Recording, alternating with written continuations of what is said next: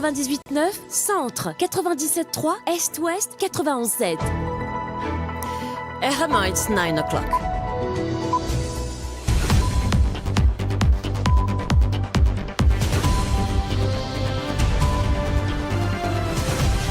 The news with Anjali, Seerutun-Phoolchund. Good morning, Anjali. Good morning, Sophie. Good morning, everybody. We start with the headlines. Star Knitwear shuts down 470 jobs lost amid massive debt. Mauritius turns to floating power barge amid energy demand surge. More than exercise, how yoga supports healthy aging. Self-medication, a growing health concern. And Kyiv facing massive Russian attack, Ukraine says. Thank you for joining us for the English News Bulletin. A historic pillar of Mauritius's textile industry, Star Knitwear has officially shut down. The dramatic closure has led to the dismissal of 470 employees, including 312 Mauritians and 158 foreign workers. A summary of the situation from Rishi Gopal.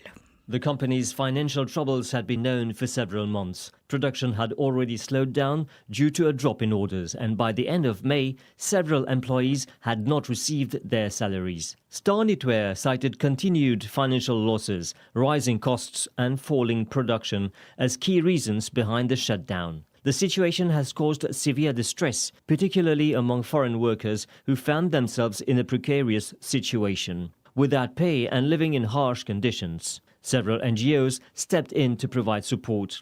Beyond the layoffs, the case raises questions about potential mismanagement of funds and the role of the Mauritius Investment Corporation in supporting struggling companies. Labour Minister Seerutun confirmed in a press briefing yesterday that the government had rejected Star Knitwear's request for additional funding. He stated that the company was on the brink of collapse, unable to meet its financial obligations, and that the state could not continue injecting funds in an insolvent business. Minister Seerutun pointed to a massive debt of 1.5 billion rupees, while the company's known assets amount to only around 200 million rupees. He stressed that the company had been insolvent for several months. To meet the growing demand for electricity, Mauritius is looking to innovate. A few months ago, plans were announced for the introduction of a floating power barge. This mobile installation, according to the Minister of Energy, is expected to generate around 100 megawatts of electricity for the Central Electricity Board.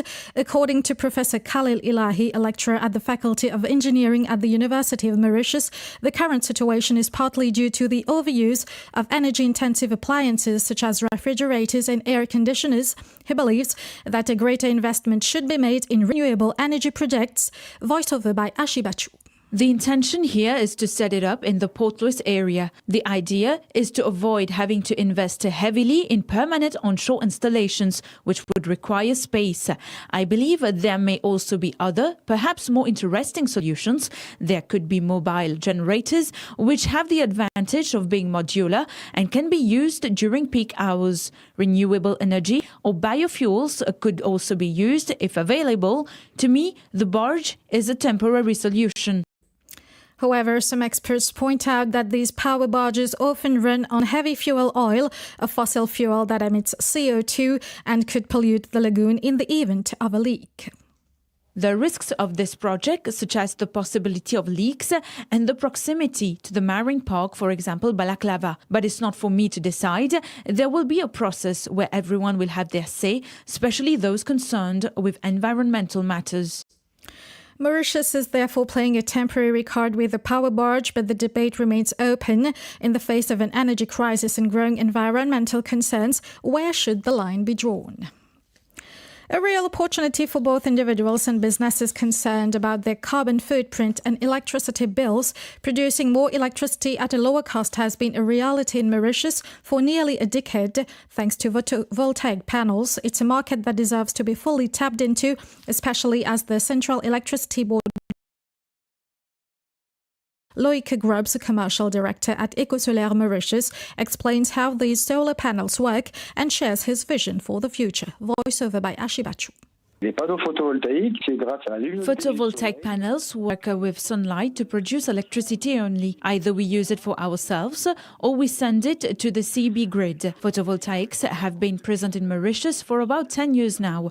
Solar energy is becoming more accessible, aiming for 100% renewable energy and, of course, contributing to the ecological transition of Mauritius. Et bien sûr, participer à la transition écologique de Maurice. In an effort to improve its relationship with customers, the Central Water Authority is inviting its subscribers to update important information with the utility. With over 400,000 subscribers across the island, the CWA still lacks key details such as contact numbers. This initiative aims to enhance billing accuracy and ensure better communication in the event of water cuts or urgent maintenance work. Nirma Narayana Reddy spoke to CWA's communications officer Sunil Gopal about this, voiceover by Ashibachu. We need to improve the quality of our service and strengthen communication with our customers. We have around 413 subscribers, but for example, we have the email addresses of only 2,938 of them. As for phone numbers, only those of 35,340 subscribers are correct. And when it comes to national ID numbers, we only have them for 228,000 subscribers. We will organize this alphabetically. That is, from July 1st to September 30th, customers can come between 9 a.m. to 2 p.m. Sore throat, fever, cough, the temptation to reach straight for antibiotics is strong, but beware, this reflex can be harmful. Antibiotics are not effective against viruses like the common cold or the flu. Before starting any treatment, it's best to consult a doctor. Dr. Vasil Kodabukas, who is actively involved in prevention, warns against self-medication. He spoke to Nirma Narayana Reddy, voiced over by Ashibachu. The flu is generally caused by a virus, so antibiotics is not an automatic solution. The flu usually takes some time to go away on its own. However, when it comes to bacterial infections, for example bronchitis or a lung infection, if your cough worsens or you start feeling pain in your throat, then it's important to see a doctor. After an examination, if the doctor notices signs of inflammation, he or she may prescribe antibiotics. But taking antibiotics without proper medical advice is not recommended. Self-medication is strongly discouraged. Do not take medicines on your own. In Mauritius, there is a wide range of healthcare services available to help guide you. Addressing hidden violence in the cultural and creative industries, that was the focus of a recent workshop aiming to promote safer, fairer and more inclusive working conditions, led by Astrid Audibert and Myriam Blais of the Indian Ocean Commission project. The event also highlighted the need to boost jobs, support entrepreneurship and foster inclusion. Shailene Yerban reports. 3 roundtables over 2 days, but also screenings and experience sharing from 25 participants.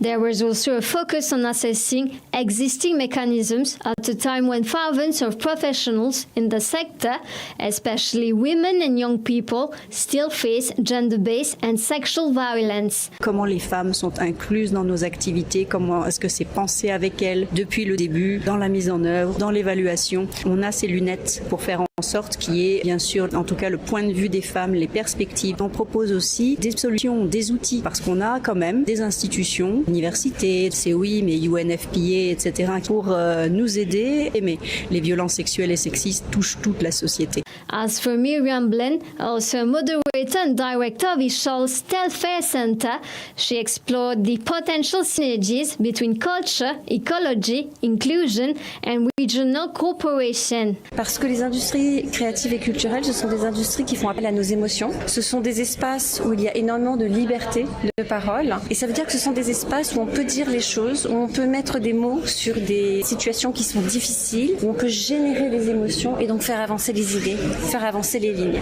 Mais en justement regardant l'envers du décor et voir comment en fait elles sont aussi porteuses d'une meilleure justice sociale, une justice de genre et une justice écologique.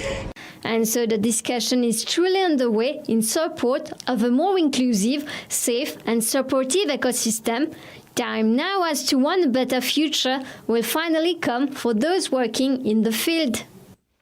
Taking care of oneself to avoid aging too quickly, it's a wish many people share, and one of the most effective practices, according to many experts, is yoga. Much more than just physical exercise, yoga works on a deeper level. It improves posture, strengthens muscles, increases joint flexibility, and above all, it helps reduce stress, one of the major causes of premature aging. More in this report by Adrien Valère, voiced over by Nirma Narayana Reddy.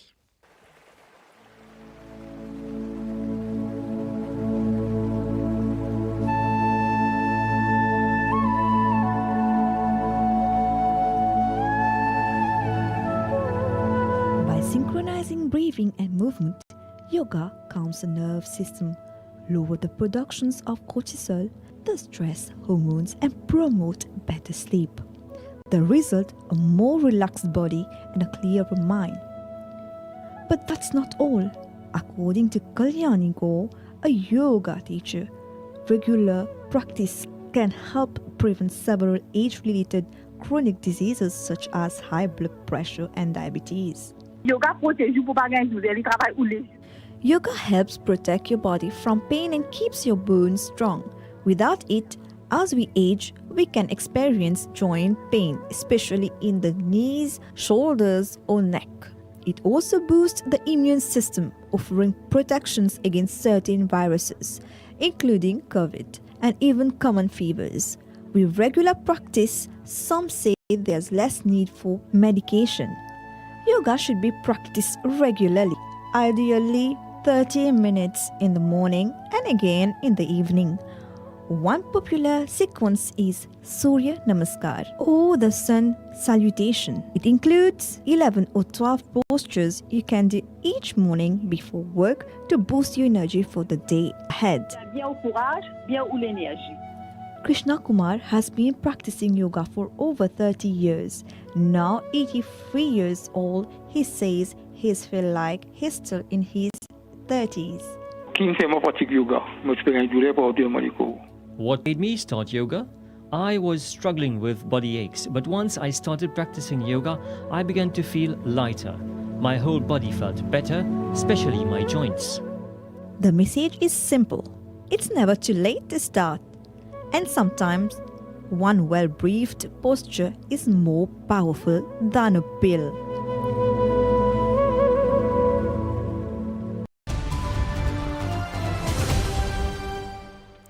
On the international front, Ukraine's capital Kyiv is again under a massive overnight Russian drone attack, local officials say, with at least 10 people reported injured and fires burning across the city. Footage on social media, as yet unverified by the BBC, shows explosions in the night sky as air defense units begin repelling the attack. Ukraine's military has also warned of a threat of a ballistic missile attack. Last night, Ukraine reported the biggest ever aerial attack from Russia after 728 drones and 13 cruise or ballistic missiles struck cities around the country in multiple ways. That brings us to the end of this edition. Thank you for staying with us. A big thank you to the entire production team for their support. Until next time, stay informed and take care.